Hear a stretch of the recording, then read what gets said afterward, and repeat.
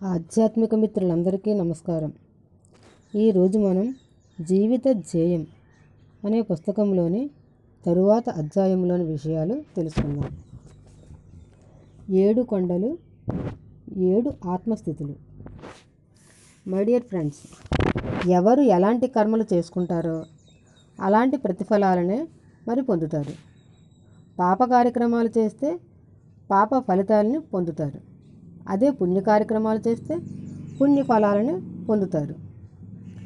పాప కార్యక్రమాలు చేస్తే పుణ్య ఫలాలు పొందరు, పుణ్య కార్యక్రమాలు చేస్తే పాప ఫలాలు పొందరు.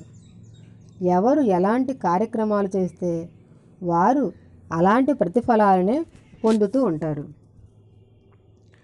పాపం అంటే పరపీడనం, పుణ్యం అంటే పరులకు ఉపకారం చేయడం. పర అపకారం పాపం, పర ఉపకారం పుణ్యం. పరులకు అపకారం చేస్తే అది స్వంతానికి అపకారం అవుతుంది. పరులకు ఉపకారం చేస్తే అది స్వంతానికి ఉపకారం అవుతుంది. కనుక మనిషి పాప కార్యక్రమాలను వదిలిపెట్టేయాలి. ఒక మనిషి ఇంకొక మనిషిని హింసించడానికి వీలు లేదు. ఒక మనిషి ఇంకొక ప్రాణిని హింసించడానికి కూడా వీల్లేదు. ఒక ప్రాణికి ఇంకొక ప్రాణి మీద ఏ ఆధిక్యత, హక్కు లేదు. ఎప్పుడైతే మనం పరపీడనం చేస్తామో మనం అనేక చెడు ఫలాలను తింటూ ఉంటాం. ఎన్ని చెడు కార్యక్రమాలను చేస్తూ ఉంటామో అన్ని జన్మలు ఎత్తుతూ ఉంటాం. ఎన్ని మంచి కార్యక్రమాలను చేస్తూ ఉంటామో అన్ని జన్మలను తగ్గించుకుంటాం.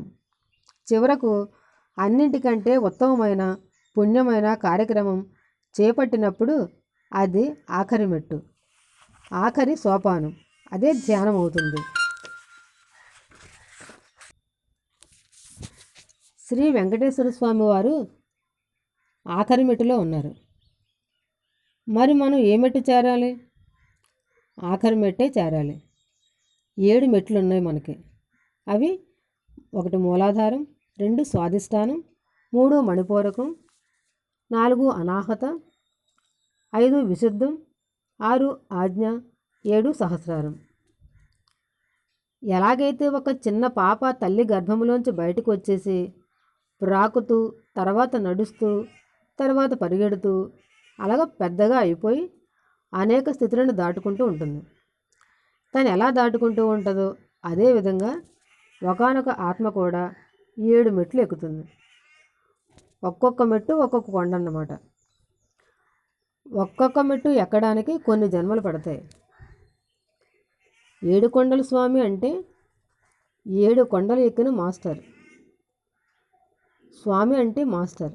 అలాగే వివేకానంద స్వామి అని అంటాం కదా. స్వామి అంటే తనను తాను జయించినవాడు స్వామి. ఇంకా ఆంజనేయ స్వామి అంటే తనను తాను జయించి 3వ కన్నును అంటే అంజనాన్ని సంపాదించుకున్నాడు. 7 మెట్లు ఎక్కవలసి ఉంది మనం. 7 స్థితుల్లాగే 7 శరీరాలు కూడా ఉన్నాయి. అవేంటి? 1 అన్నమయ కోసం, 2 ప్రాణమయ కోసం, 3 మనోమయ కోసం, 4 విజ్ఞానమయ కోసం, 5 ఆనందమయ కోసం, 6 విశ్వమయ కోసం, అలాగే 7 నిర్వాణమయ కోసం.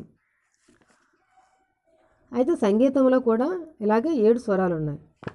అది 1 షడ్జమం, 2 రిషభం, 3 గాంధారం, 4 మధ్యమం, 5 పంచమం, 6 దైవతం, 7 నిషాదం.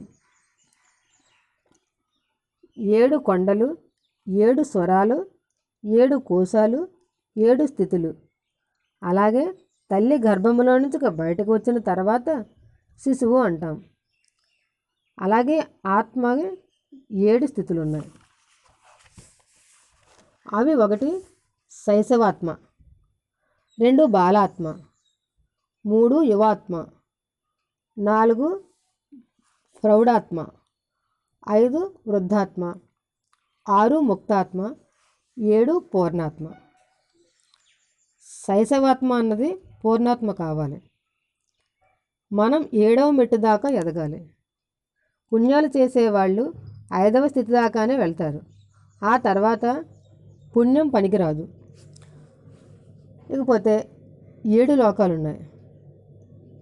అవి 1 భూలోకము, 2 భువర్లోకము, 3 సువర్లోకము, 4 జనాలోకము, 5 మహాలోకము, 6 తపోలోకము, 7 సత్యలోకము. ఎంత పుణ్యం చేసినా మహాలోకానికి వెళ్తారు కానీ తపోలోకం వెళ్ళజాలరు. తపోలోకానికి వెళ్ళడానికి తపస్సు కావాలి. సత్యలోకం వెళ్ళడానికి సత్యం కావాలి. పుణ్యాలు చేస్తే మహాలోకం అంటే 5వ లోకం. పుణ్యాత్ములు తపస్సు చేస్తేనే తపోలోకం వస్తుంది. తపస్సులు చేస్తేనే సత్యం వస్తుంది. ఆ సత్యం పొందిన సత్యాన్ని 10 మందికి పంచినప్పుడు అప్పుడు సత్యలోకం ప్రాప్తిస్తుంది. మరి కేవలం పుణ్యం చేస్తే తపోలోకం ఎలా వెళ్ళగలుగుతారు? ఎమ్మెల్యేకు పోటీ చేస్తే పార్లమెంటుకు వెళతారా? కనుక పుణ్యం యొక్క లిమిట్ ఏమిటంటే మహాలోకం.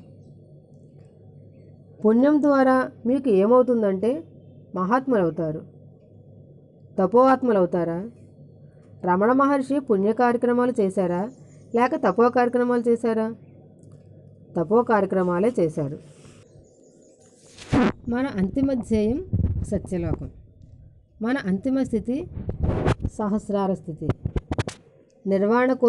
నిర్వాణమయ కోసం. దానికి మార్గం ధ్యాన సాధన, ధ్యాన బోధన, ధ్యాన ప్రచారం, ధ్యాన ప్రసారం 3 ఉన్నాయి. పాపం, పుణ్యం, తపస్సు. మీతో నాకు సంబంధాలు 2 రకాలు, పాపం అథవా పుణ్యం. తపస్సులో మీకు నాకు సంబంధం లేదు. ఎవరికి వారే యమునా తీరే.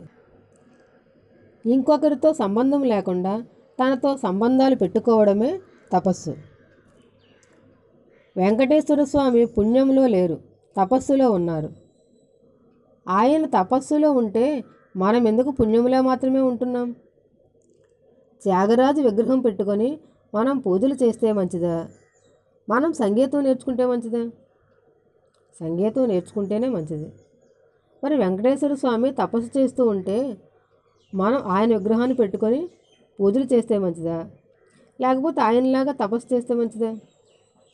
తపస్సు చేస్తేనే మంచిది. ఆయనకి ఏం కావాలి మన దగ్గర నుంచి? ఆయనకు మన దగ్గర నుంచి పూజలు కావాలా లేకపోతే మన తపస్సు కావాలా? తపస్సే కావాలి. మన పిల్లలు ఉన్నారు, మన పిల్లల దగ్గర నుంచి మనం ఏం కోరుకుంటాం? మనల్ని పూజించాలని కోరుకుంటామా లేకపోతే వాళ్ళు కూడా బాగా కష్టపడి మనంతటి లేక మనకన్నా పెద్దవాళ్ళు కావాలని కోరుకుంటామా?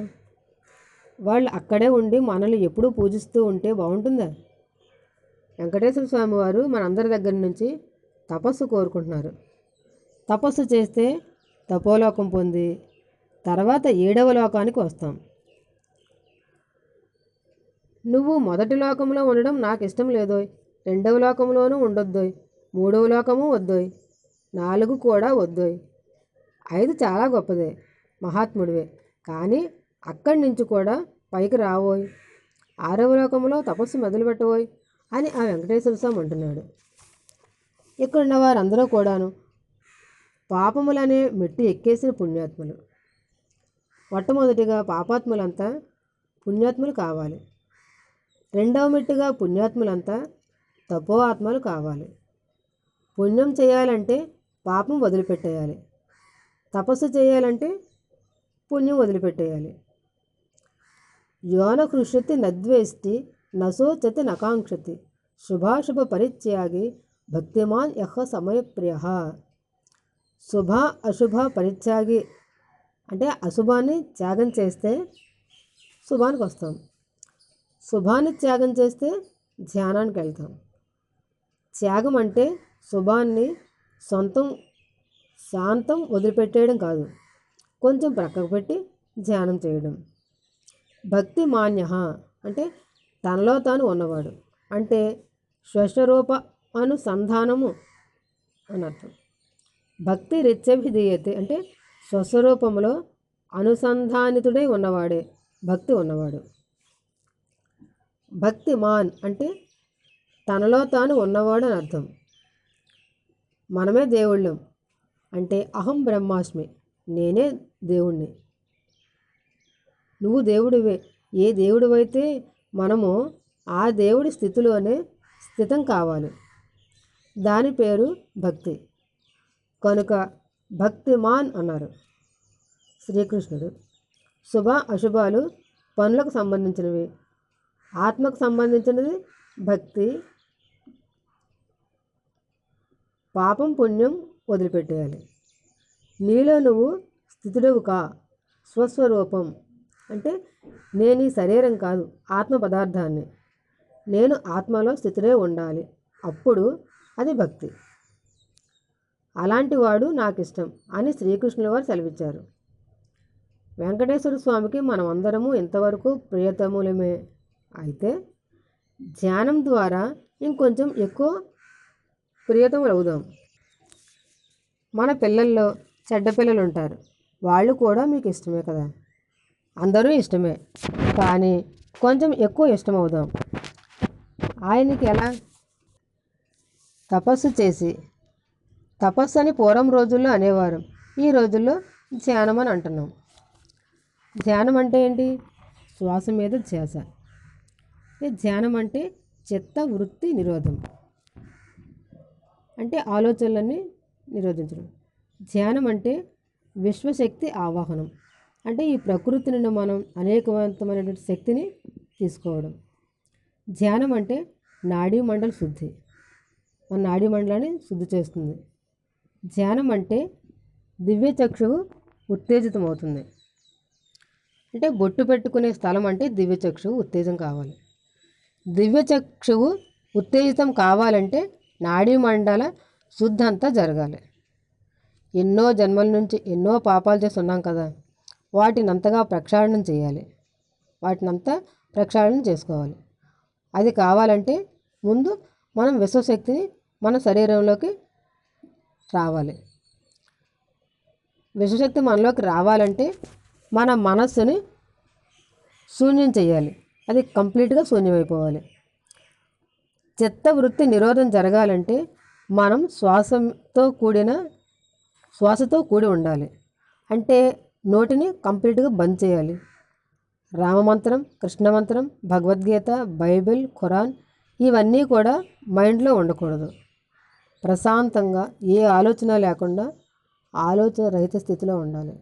ఎలాంటి ఆలోచనలు వచ్చినా కూడా మనం శ్వాస నుండి ధ్యాసను మరల్చకూడదు. అదే ధ్యానం అంటే.